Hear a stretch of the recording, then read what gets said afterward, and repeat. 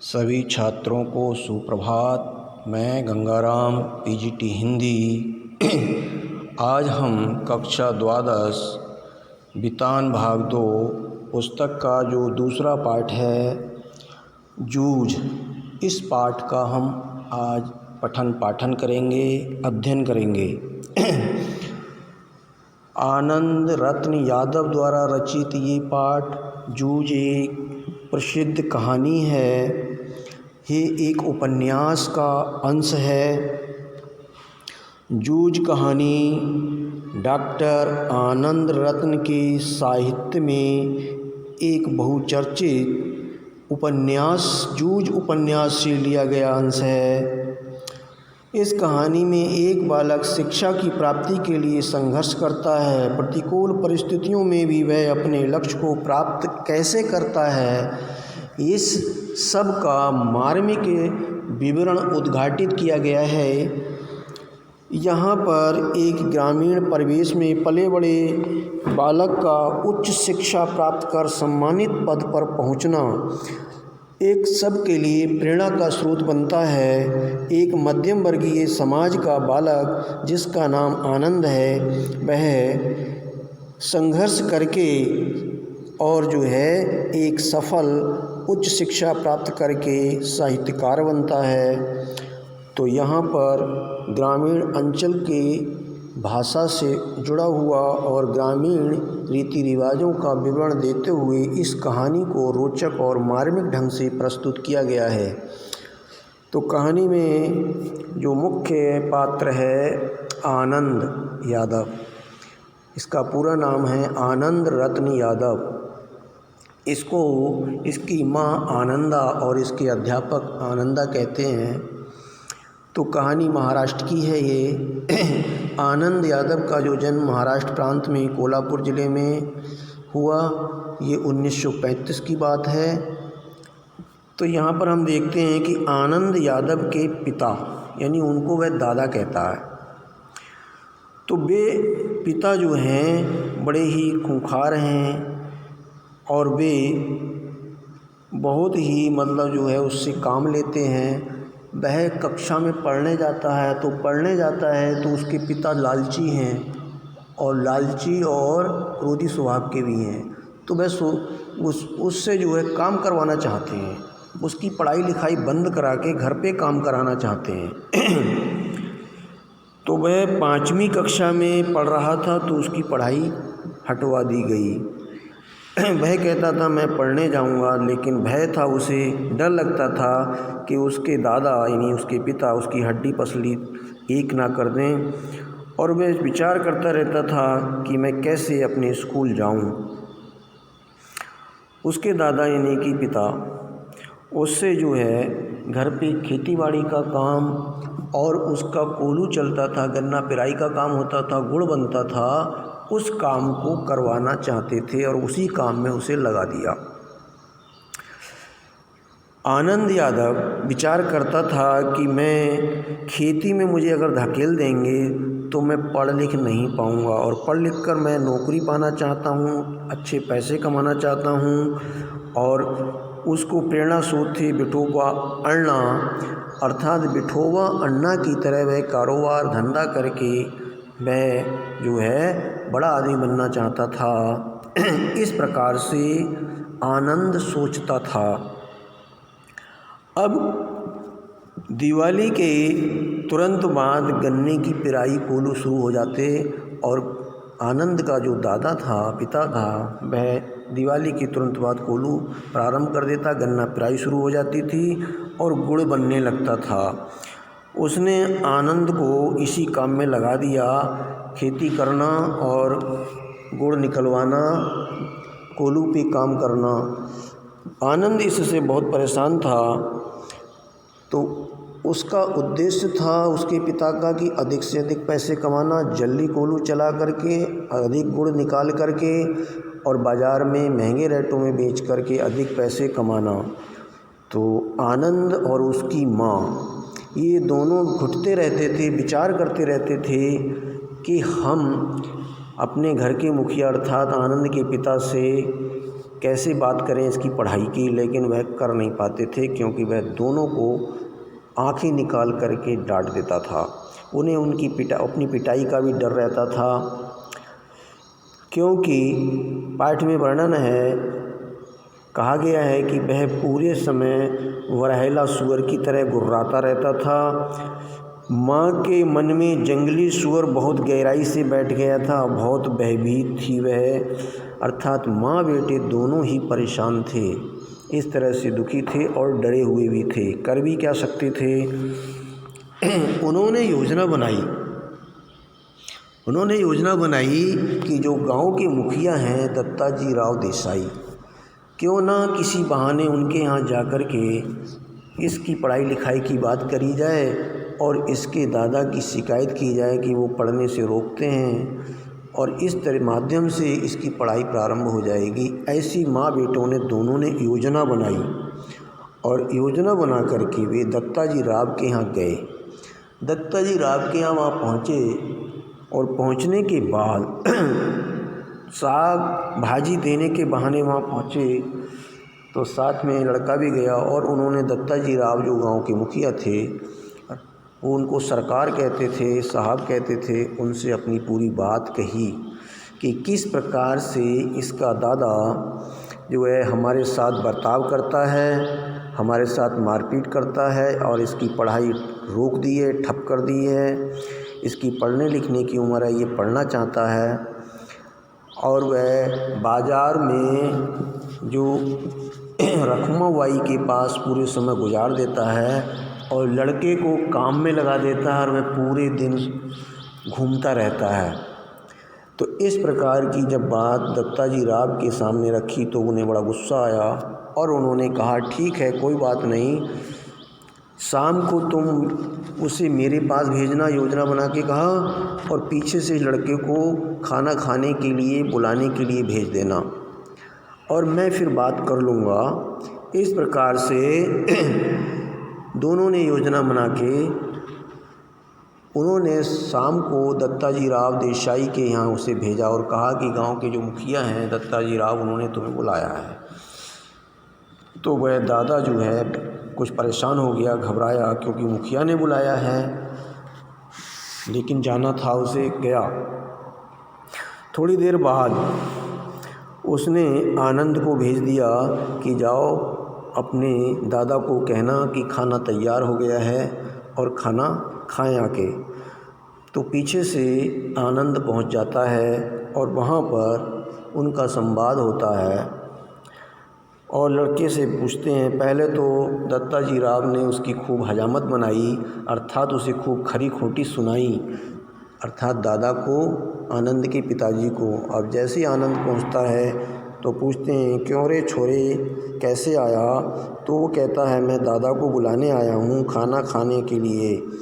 और कुछ देर में बैठता है, उससे पूछते हैं दत्ताजी राव, तू कौन सी कक्षा में पढ़ता है रे? जी 5वीं में था, किंतु अब नहीं जाता हूँ। क्यों रे? दादा ने मना कर दिया है, खेतों में पानी लगाने वाला कोई नहीं है, खेतों में काम करने वाला कोई नहीं है, इसलिए अब मैं पढ़ने नहीं जाता हूँ।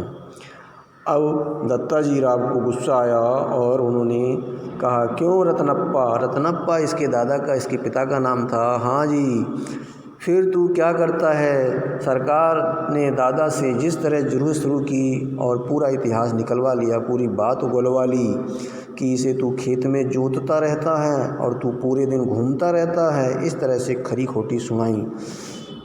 तो तर्क देने के बाद दत्ताजी राव ने कहा लड़के से कि तुझे कल से पाठशाला जाना है, और उधर उसके दादा ने अपनी बातें बनाते हुए कहा, मैंने कब मना किया है जी, इसको ज़रा कुछ गलत आदतें लग गई थी, इसलिए पाठशाला जाना से रोक दिया गया। कैसी आदतें? चाहे जैसी, ये कभी कंडे बेचता है, कभी चारा बेचता है, सिनेमा देखता है, कभी खेलने जाता है, खेती और घर के काम में बिल्कुल ध्यान नहीं देता है। दादा ने मेरे ऊपर अचानक हमला बोलकर बहुत सारे आरोप लगा दिए।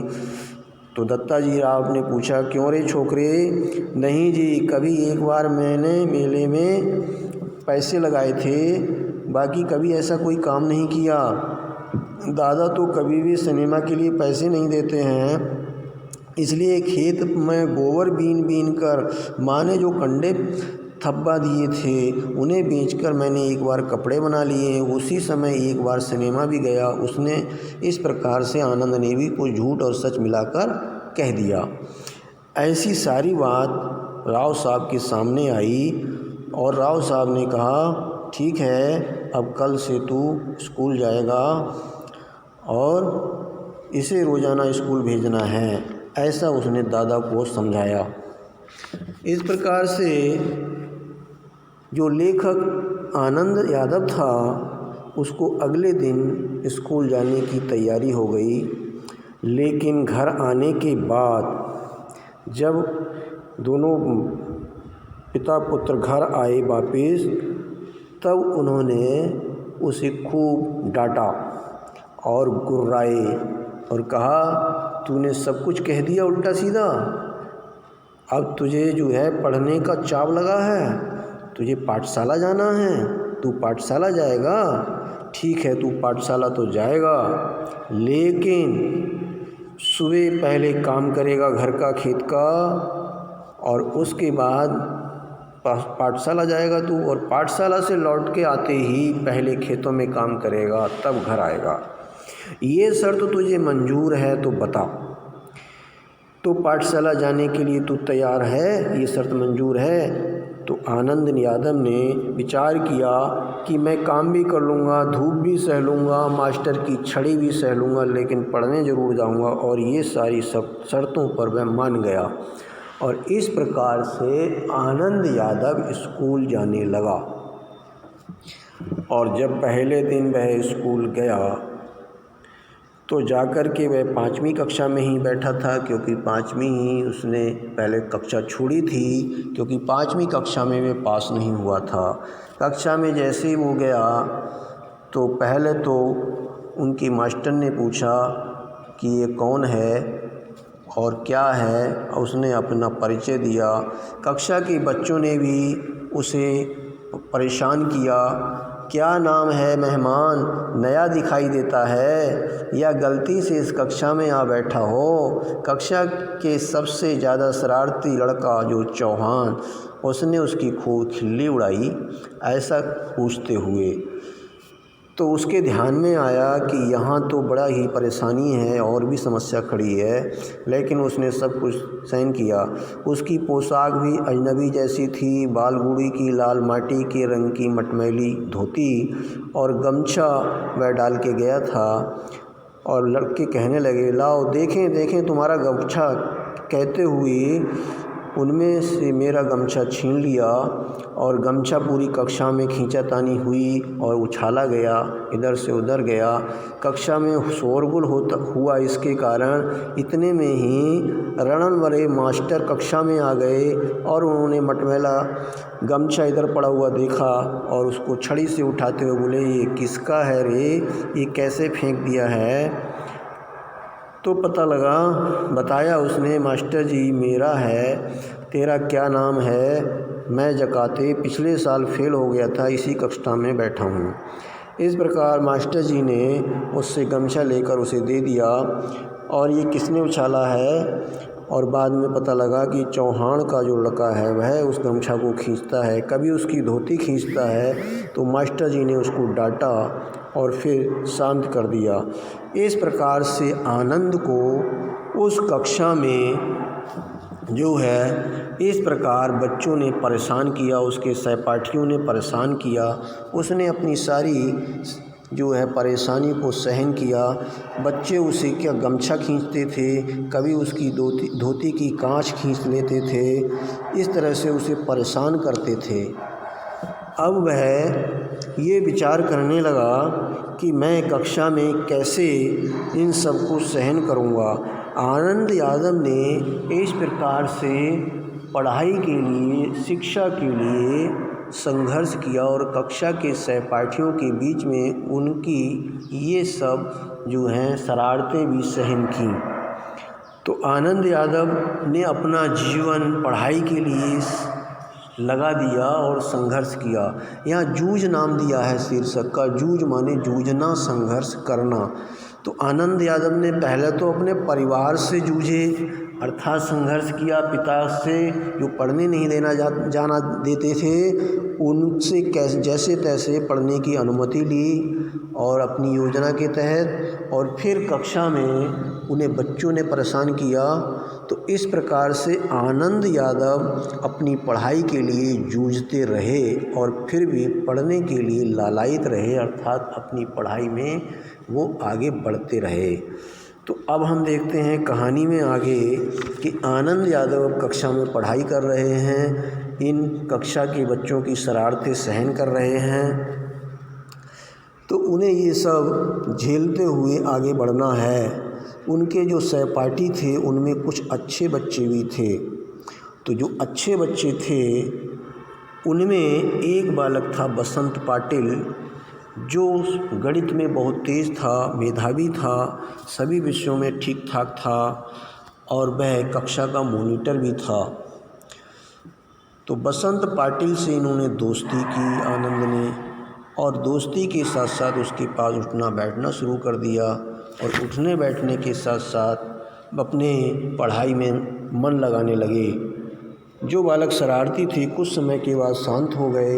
इनके जो कक्षा अध्यापक थे, यानी मंत्री नाम के जो अध्यापक थे, वो कक्षा अध्यापक थे, वो इनको गणित पढ़ाते थे।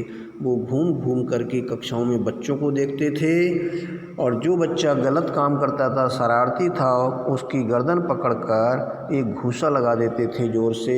बच्चे की हू निकल जाती थी।